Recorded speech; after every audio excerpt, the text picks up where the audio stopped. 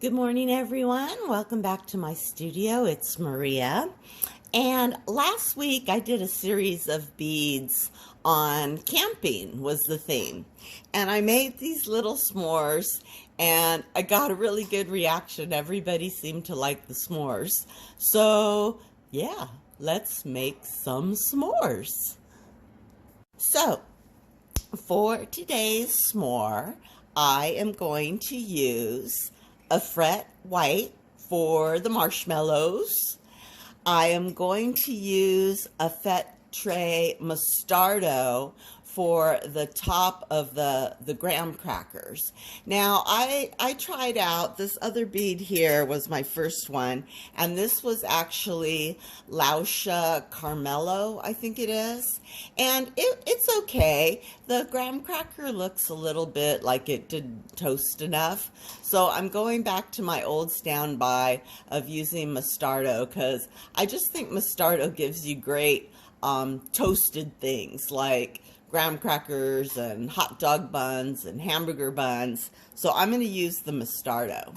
But on the top of the Mostardo, I am going to put the Lauscha Carmelo for the little dots and that line that goes through the center of the graham cracker.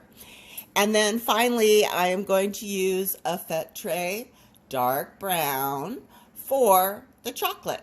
And that's kind of all we need to make this little guy. So let's get started.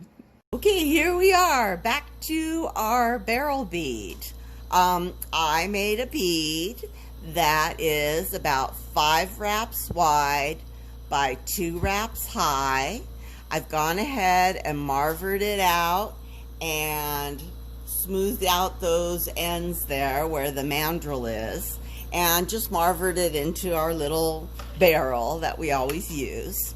I have my monster mashers on the standby. I'm going to heat this up to a bit of glow. Here we go. Come on, little bead. All right, that looks good. And I'm just going to give him a little mash. Just a little mash. Ooh, that is a fat marshmallow, but I like a lot of marshmallows in my s'mores, so it's okay. On this particular bead, you don't have to worry too much about flashing the tool marks on the top of the bead out, because we're going to cover that top with graham crackers. So you don't have to worry about those tool marks in the top of your bead there. So before we do that, let's go ahead and put on the chocolate. I have my stringer, and I'm just going to go around the outside edges and drip that chocolate down that marshmallow. Yummy. Oh, yummy, yummy, yummy. Some people don't like chocolate in the morning, but oh, I like chocolate all the time. So there's some chocolate there. Maybe on this side we don't drip it down so much since the mandrel hole is there. Let's just give a little smudge across.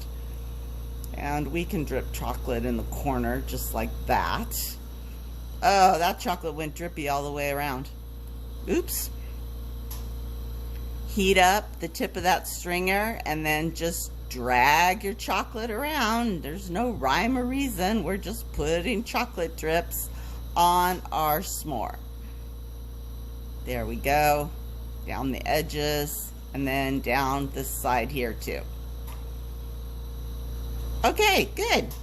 Now, of course, I'm going to take my press and just press down all the little nibs that are sticking out, press down that stringer, and even though the chocolate is laid down kind of thick, I still want to press it down, just for good measure. All right, there we go. Chocolate is attached. Okay, time to put on the graham cracker crumbs. Go ahead and stick that rod in and out of the flame a couple times. Rotate your bead so it stays warm. You don't have to get the bead like way down in the flame, just where the little fluffy part is. That usually keeps the bead warm enough that it doesn't crack while you're heating up your rod. So I have my rod of Mostardo, and I'm just going to draw a square along the outside edges here.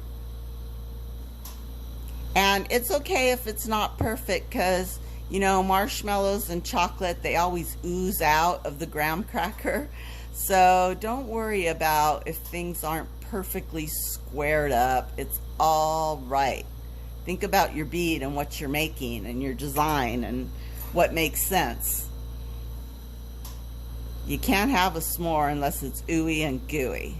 All right, I have my tool. I'm going to press down that graham cracker. Press it out to the sides a bit. I do like to get the top of it pretty smooth. There we go. Okay, that's good. And now I'm going to put on the little dots. Now I went back and forth, because if you look at a graham cracker, and I actually did go into my pantry and looked at a graham cracker, the little stripe down the center and the little dots that we put on them, you know, they're actually indentations in the cracker, but you guys know how I like my texture, so I decided to put dots on, because I just think it feels cool and it looks cool, and kids will know what it is. They know they're graham crackers. All right, let's press down those dots flat. Press down those dots flat. Make sure your stringer down the center doesn't have any little nibbies sticking out. All right, let's do the other side. Grab my Mostardo.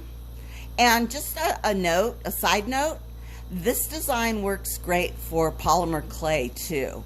So if there are polymer clay artists out there watching these glass tutorials, feel free to do this with polymer clay. The design is the same, and most of the technique is the same. You know, make a white square, put a light brown cover on it, drip some chocolate down the center, and you can have a great little polymer clay s'more. Okay, I got my Mostardo down. I am going to clean it up a bit, smooth it out a bit. There we go.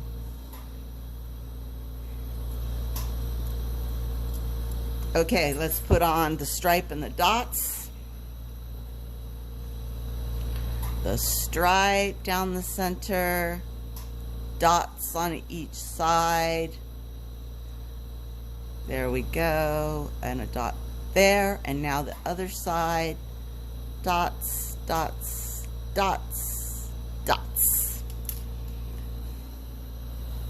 And that is it, you guys. That is an easy little bead, and when it cures, it looks so cute and fun. I hope you liked this video. I will be back again soon with another video, although I have no clue what that other video is going to be. In the meantime, have a great day. Bye.